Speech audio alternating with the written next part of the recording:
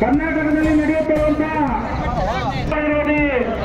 ನೀತಿಗಳನ್ನು ವಿರೋಧಿಸುತ್ತಾ ಇವತ್ತು ಕೋಲಾರ ಜಿಲ್ಲೆಯಲ್ಲಿ ಮಾನವ ಸಂಪನ್ಮೂಲ ಮುಖಾಂತರ ಇಂಡಿಯಾ ಜನತಾ ಪಾರ್ಟಿ ಸತತವಾಗಿ ಹೋರಾಟ ಮಾಡಿ ಯಾವುದೇ ಕಾರಣಕ್ಕೂ ಅಂತ ಹೇಳಿದ್ರು ಸಹ ಇವತ್ತು ಈ ಬಜೆಟ್ ಅಲ್ಲಿ ಗ್ಯಾರಂಟಿ ಯೋಜನೆಗಳಿಗೆ 4% ಅಲ್ಪಸಂಖ್ಯಾತರ ಮೀಸಲಾತಿ ಕೊಟ್ಟಿದ್ದಾರೆ. ಯಾವುದೇ ರಾಜ್ಯ ನಾವು ಸಂವಿಧಾನವನ್ನೇ ಬದಲಿಸ್ತೀವಿ ಅನ್ನೋ ಮಾತು ಕೂಡ ಅವರು ಹೇಳಿದ್ದಾರೆ.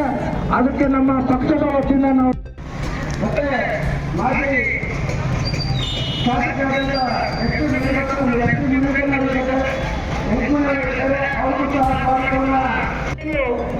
ಗುತ್ತಿಗೆಯಲ್ಲಿ 4% ರಿಸರ್ವೇಶನ್ ಕೊಡ್ತೀರಿ ಅಂತ ಹೇಳಿ ಇವತ್ತು ತಂದಿದ್ದಾರೆ.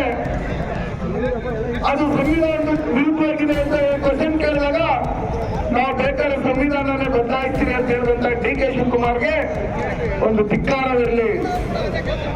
ಸಿದ್ದರಾಮಯ್ಯನವರೇ, ಮತ್ತೊಂದಿನ ಡಾಕ್ಟರ್ ಬಾಬಾ ಸಾಹೇಬ್ ಅಂಬೇಡ್ಕರ್ಗಾಗ್ಲಿ ಅವ್ರು ಬರ್ತಂತ ಸಂವಿಧಾನಕ್ಕಾಗ್ಲಿ ಕಾಂಗ್ರೆಸ್ನಿಂದ ಎಷ್ಟು ಅನ್ಯಾಯ ಆಗ್ತಾ ಇತ್ತು, ಎಷ್ಟು ತೊಂದರೆ ಮಾಡ್ತಾ ಇದ್ರು ಕಾಂಗ್ರೆಸ್ ಅವರು ಅಂಬೇಡ್ಕರ್ ಅವರಿಗೆ ಅಂತ ಹೇಳಿ ಇಡೀ ದೇಶದ ಜನತೆಗೆ ಗೊತ್ತು. ಆಗಿರ್ತಕ್ಕಂಥ ಸಂದರ್ಭದಲ್ಲಿ ನೀವು ಬಣ್ಣ ಹಾಕೊಂಡು ಅಂಬೇಡ್ಕರ್ ಅಂಬೇಡ್ಕರ್ ಅಂತ ಹೇಳಿ ಓಟ್ ಕಾಣ್ಕೋಸ್ಕರ ನೀವು ಅಂಬೇಡ್ಕರ್ ಅಂತ ಹೇಳ್ತಾ ಇದ್ದೀರ ವಿನಃ ಇವತ್ತು ಅಂಬೇಡ್ಕರ್ ಬರ್ತಿರ್ತಕ್ಕಂಥ ಸಂವಿಧಾನವನ್ನು ಬದಲಾಯಿಸಬೇಕು ಅಂತ ಹೇಳಿ ನಿಮ್ಮ ನಿಜ ಬಣ್ಣ ಇವತ್ತು ಬಯಲಾಗಿದೆ. ನಾವು ಕೇಳ್ತೀವಿ ಇವರಿಗೆ, ಕರ್ನಾಟಕ ರಾಜ್ಯದಲ್ಲಿ ಯಾರು ಬಹುಸಂಖ್ಯಾತರು ನಿಮ್ಗೆ ಓಟ್ ಹಾಕಿಲ್ಲ, ಗೌಡ್ರು ಓಟ್ ಹಾಕಿಲ್ವಾ, ಲಿಂಗಾಯತ್ ಓಟ್ ಹಾಕಿಲ್ವಾ, SC ಓಟ್ ಹಾಕಿಲ್ವಾ, ಬಲ್ಜಿಗೆ ಓಟ್ ಹಾಕಿಲ್ವಾ, ಕುರುಬರು ಓಟ್ ಹಾಕಿಲ್ವಾ, ಪರಿಶಿಷ್ಟ ಜಾತಿ ಪರಿಶಿಷ್ಟ ಜನಾಂಗದವರು ಓಟ್ ಹಾಕಿಲ್ವಾ? ಪ್ರತಿಯೊಬ್ಬರು ಓಟ್ ಹಾಕಿ ಏನೋ ಅಹಿಂದ ನಾಯಕರು ಸಿದ್ದರಾಮಯ್ಯನವರು ನಮ್ಗೆಲ್ಲ ಒಳ್ಳೇದು ಮಾಡ್ತಾರೆ ಅಂತ ಹೇಳಿ ಓಟ್ ಹಾಕಿದ್ರೆ ನೀವು ಓಟ್ ಹಾಕಿದ್ದಾದ್ಮೇಲೆ ನೀವು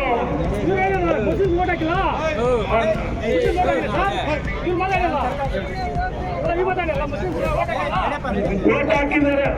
ಎಲ್ಲರೂ ಓಟ್ ಹಾಕಿ ನಿಮ್ಮನ್ನ ಗೆಲ್ಲಿಸಿದಾದ್ಮೇಲೆ ಇವತ್ತು ನೀವು ಕರ್ನಾಟಕದ ಬಹುಸಂಖ್ಯಾತರಿಗೆ ನೀವು ಚೆಂಡು ಕೊಟ್ಟು ಇವತ್ತು ಅಲ್ಪಸಂಖ್ಯಾತರನ್ನ ಹೋಲಿಕೆ ಮಾಡುವಂತ ಕೆಲಸಗಳನ್ನು ನೀವೇನು ಮಾಡ್ತಾ ಇದ್ರೆ ಇದನ್ನು ನೋಡಿದ್ರೆ ನೀವು ಮುಂದಿನ ದಿನಗಳಲ್ಲಿ ಕಾಂಗ್ರೆಸ್ ಮುಕ್ತ ಕರ್ನಾಟಕ ಆಗೋದ್ರಲ್ಲಿ ಯಾವುದೇ ರೀತಿಯಾದಂತಹ ಸಂಶಯ ಇಲ್ಲ.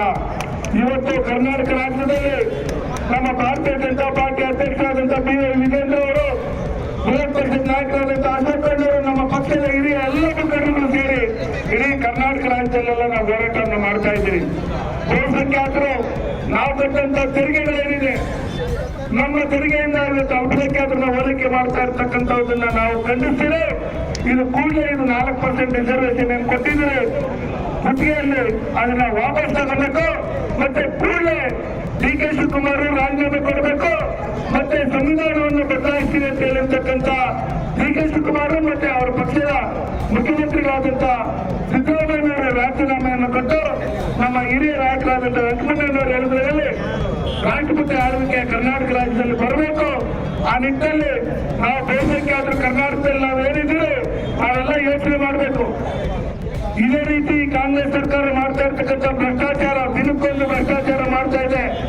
ಇದನ್ನೆಲ್ಲ ನೋಡ್ಕೊಂಡು ನಾವು ಎಚ್ಚೆತ್ಕೊಂಡಿಲ್ಲ ಅಂದ್ರೆ ಮುಂದಿನ ದಿನಗಳಲ್ಲಿ ಈ ಪಾಕಿಸ್ತಾನಕ್ಕೆ ಸೇರಿಸ್ರಿ ಈ ಕರ್ನಾಟಕನ ಅಂತ ಕೇಳೋದ್ರಲ್ಲಿ ಯಾವುದೇ ರೀತಿಯಾದಂತಹ ಸಂಶಯ ಇಲ್ಲ. ಅದಕ್ಕೋಸ್ಕರ ಇವತ್ತು ಕರ್ನಾಟಕ ರಾಜ್ಯದಲ್ಲಿ ಮುಖ್ಯಮಂತ್ರಿ ಸಿದ್ದರಾಮಯ್ಯ ಅಂತ ಹೇಳಿ ನನಗೇನು ಅನಿಸ್ತಾ ಇಲ್ಲ. ನನಗನ್ಸುತ್ತೆ ಶಾಲಾ ಮುಖ್ಯಮಂತ್ರಿಗಳು ಜಮೀರ್ ಅಹಮದ್, ನಜೀರ್ ಅಹಮದ್, ಯುಟಿ ಖಾದರ್ ಮತ್ತೆ ನಮ್ಮ ತನ್ನೀರ್ ಸೇಟು ಇವರೆಲ್ಲರೂ ಸೇರ್ಕೊಂಡು ಸಿದ್ದರಾಮಯ್ಯವ್ರನ್ನ ಬ್ಲಾಕ್ಮೇಲ್ ರಾಜಕಾರಣ ಮಾಡ್ಕೊಂಡು ಮೋಸ್ಟ್ಲಿ ಯಾರ್ಯಾರು ಬೇರೆ ಸಿಡಿಗಳಿದೆ ಗೊತ್ತಿಲ್ಲ. ಅವರೇ ಸಚಿವರಾದಂತ ರಾಜೇಂದ್ರ ಅವರು 48 ಜನದೈತೆ ಸಿಡಿಗಳು ಅಂತೇಳಿ ಅದರಲ್ಲಿ ಯಾರ್ಯಾರೈತೆ ಗೊತ್ತಿಲ್ಲ.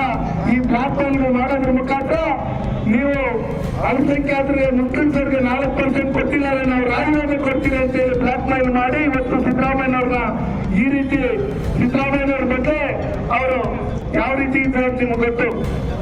ಆದ್ರಿಂದ ಇವತ್ತು ಇವ್ರು ನಡ್ಕೊಂತ ಇರ್ತಕ್ಕಂಥ ರೀತಿ ನೋಡಿದ್ರೆ ಮುಂದಿನ ದಿನಗಳಲ್ಲಿ ಕರ್ನಾಟಕ ರಾಜ್ಯದಲ್ಲಿ ಭಾರತೀಯ ಜನತಾ ಪಾರ್ಟಿ 150ಕ್ಕೂ ಹೆಚ್ಚು ಸೀಟುಗಳನ್ನ ಶಾಸಕರಾಗಿ ಗೆಲ್ಲುವ ಮುಖಾಂತರ ನಾವು ಪರ್ಮನೆಂಟ್ ಆಗಿ ಕರ್ನಾಟಕ ರಾಜ್ಯದಲ್ಲಿ ಭಾರತೀಯ ಜನತಾ ಪಾರ್ಟಿ ಅಧಿಕಾರಕ್ಕೆ ಬರಬೇಕು.